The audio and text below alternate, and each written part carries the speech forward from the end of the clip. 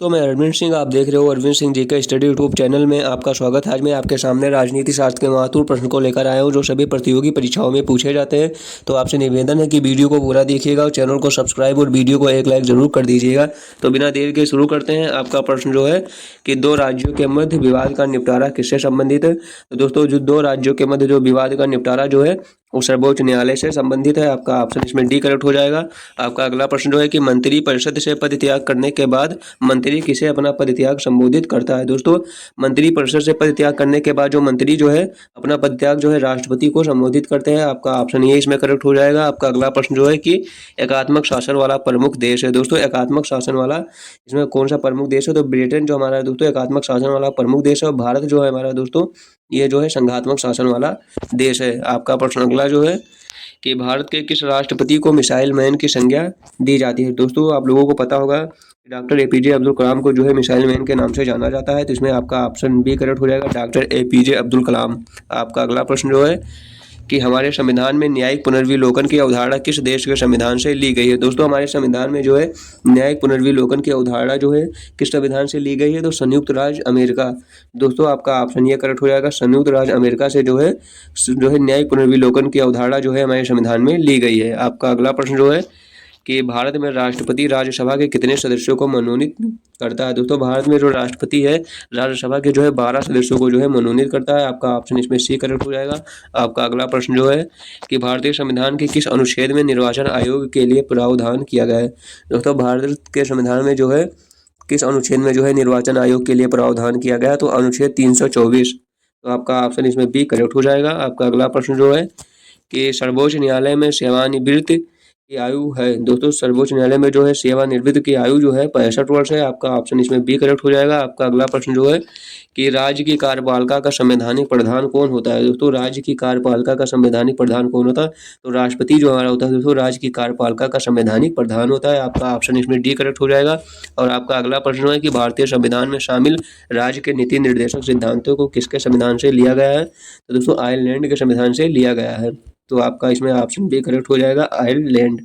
आपका अगला प्रश्न जो है कि भारत के संविधान सभा के अस्थायी सभापति कौन थे। तो दोस्तों, डॉक्टर सच्चिदानंद सिन्हा जो थे ये भारत संविधान के सभा के जो है अस्थायी सभापति थे। आपका अगला प्रश्न जो है दोस्तों कि आपका अगला प्रश्न है कि भारतीय संविधान में वर्णित मौलिक अधिकारों को कहाँ से लिया गया है। दोस्तों, भारतीय संविधान में वर्णित मौलिक अधिकारों को कहाँ से लिया गया है।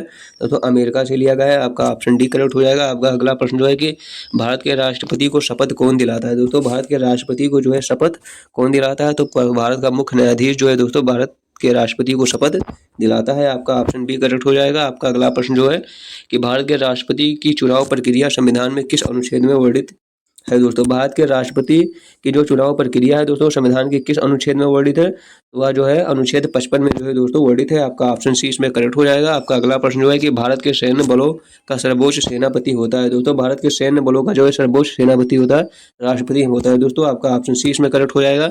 और आपका अगला प्रश्न है कि राष्ट्रपति को क्षमादान करने की शक्ति का उल्लेख संविधान के किस अनुच्छेद में वर्णित है। दोस्तों, राष्ट्रपति को क्षमादान करने की शक्ति का उल्लेख जो है संविधान के किस अनुच्छेद में वर्णित है। दोस्तों, तो वह जो है अनुच्छेद 72 में दोस्तों वर्णित है। तो आपका इसमें से ऑप्शन जो हो जाएगा बी करेक्ट हो जाएगा, अनुच्छेद 72। आपका अगला प्रश्न जो है दोस्तों आप एक बार ये भी नोट कर लीजिएगा दोस्तों कि भारत में महान्यायवादी की नियुक्त कौन करता है। तो राष्ट्रपति ही दोस्तों भारत में महान्यायवादी की नियुक्त करता है। आपका अगला प्रश्न जो है कि भारत में नागरिकों को संविधान द्वारा कितने मौलिक अधिकार प्राप्त हैं। दोस्तों, भारत में नागरिकों को जो है संविधान द्वारा कितने जो है मौलिक अधिकार प्राप्त हैं। तो दोस्तों 6 मौलिक अधिकार जो है दोस्तों उनको प्राप्त है। आपका अगला प्रश्न जो है कि एक उच्चतम न्यायालय का न्यायाधीश अपना त्यागपत्र संबोधित करता है। दोस्तों, एक उच्चतम न्यायालय का जो न्यायाधीश है दोस्तों अपना त्यागपत्र जो होता है दोस्तों भारत के राष्ट्रपति को जो है संबोधित करता है। आपका ऑप्शन ये इसमें करेक्ट हो जाएगा। आपका अगला प्रश्न है कि उच्चतम न्यायालय से कानूनी मामलों पर किसको परामर्श लेने का अधिकार है। उच्चतम न्यायालय से कानूनी मामलों पर जो है किसको परामर्श लेने का अधिकार है। तो दोस्तों राष्ट्रपति को जो है परामर्श लेने का अधिकार है। आपका अगला प्रश्न है कि सर्वोच्च न्यायालय में न्यायाधीश नियुक्त होने के लिए एक व्यक्ति को कम से कम कितने वर्ष उच्च न्यायालय का जो है दोस्तों एडवोकेट होना चाहिए। दोस्तों, सर्वोच्च न्यायालय में न्यायाधीश नियुक्त होने के लिए जो है दोस्तों व्यक्ति को कम से कम दोस्तों 10 वर्षों तक जो है उच्च न्यायालय का जो है एडवोकेट होना चाहिए। दोस्तों, आपका ऑप्शन सी इसमें करेक्ट हो जाएगा दोस्तों। और भारतीय संविधान का संरक्षक कौन है दोस्तों, तो सर्वोच्च न्यायालय। और दोस्तों सर्वोच्च न्यायालय के न्यायाधीशों की नियुक्ति की जाती है दोस्तों, राष्ट्रपति के द्वारा की जाती है। आप इनको भी नोट कर लीजिएगा। आपका अगला प्रश्न जो है कि भारतीय संविधान, ये तो हो गए हैं दोस्तों, ये नहीं हुआ है दोस्तों कि भारतीय संविधान के किस अनुच्छेद के अंतर्गत किसी राज्य में राष्ट्रपति शासन लागू किया जा सकता है। दोस्तों भारतीय संविधान के किस अनुच्छेद के अंतर्गत जो है किसी राज्य में जो है राष्ट्रपति शासन लागू किया जा सकता है, तो अनुच्छेद 365 के अंतर्गत जो है किसी भी राज्य में जो है राष्ट्रपति शासन लागू किया जा सकता है। दोस्तों आपका अगला प्रश्न जो है कि भारत में वित्तीय आपातकाल की घोषणा आज तक कितनी बार की गई है। दोस्तों आज तक जो एक भी बार वित्तीय आपातकाल की घोषणा नहीं की गई है।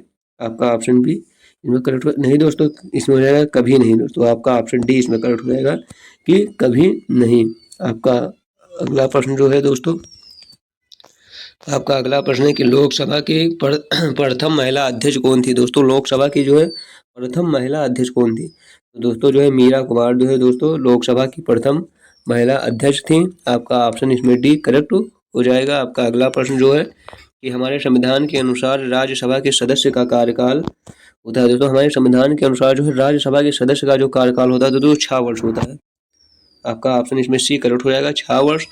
का अगला प्रश्न जो है कि संघीय मंत्रिपरिषद का अध्यक्ष होता है। दोस्तों संघीय मंत्रिपरिषद का अध्यक्ष होता है तो दोस्तों प्रधानमंत्री जो है संघीय मंत्रिपरिषद का अध्यक्ष होता है। दोस्तों और भारत में एकल नागरिकता की अवधारणा दोस्तों कहाँ से अपनाई गई है, तो ब्रिटेन से है दोस्तों। जो भारत में एकल नागरिकता की जो है अवधारणा जो है दोस्तों अपनाई गई है। आपका अगला प्रश्न है दोस्तों कि भारत प्रधानमंत्री अपना त्यागपत्र किसे सौंपता है। दोस्तों प्रधानमंत्री जो है अपना त्यागपत्र किसे सौंपता है, तो दोस्तों राष्ट्रपति को जो है वो अपना त्यागपत्र सौंपता है। आपका अगला प्रश्न जो है कि भारत के राष्ट्रपति का चुनाव कितने वर्षों के लिए होता है। दोस्तों भारत के राष्ट्रपति का चुनाव जो है तो कितने वर्ष के लिए होता है, 5 वर्ष के लिए जो होता है दोस्तों भारत के राष्ट्रपति का चुनाव। आपका अगला प्रश्न है कि भारत की तीनों सेनाओं का सर्वोच्च सेनापति कौन होता है, तो दोस्तों राष्ट्रपति जो होता है भारत की तीनों सेनाओं का जो दोस्तों सर्वोच्च सेनापति होता है। आपका अगला प्रश्न जो है दोस्तों कि भारत का संविधान कब लागू हुआ था। दोस्तों 26 जनवरी 1950 को जो दोस्तों हमारा संविधान लागू हुआ था। आपका प्रश्न अगला जो है कि राज्यसभा के सदस्यता के लिए, तो राज्यसभा की सदस्यता के लिए न्यूनतम आयु सीमा कितनी होनी चाहिए, तो दोस्तों राज्यसभा के सदस्यता के लिए जो न्यूनतम आयु सीमा है दोस्तों वो 30 वर्ष होनी चाहिए। आपका ऑप्शन ये इसमें करेक्ट हो जाएगा। आपका अगला प्रश्न दोस्तों, आपके इतने ही प्रश्न है जो हो चुके हैं दोस्तों। वीडियो कैसे लगे कमेंट में जरूर बताना, चैनल को सब्सक्राइब और वीडियो को एक लाइक जरूर कर दीजिए।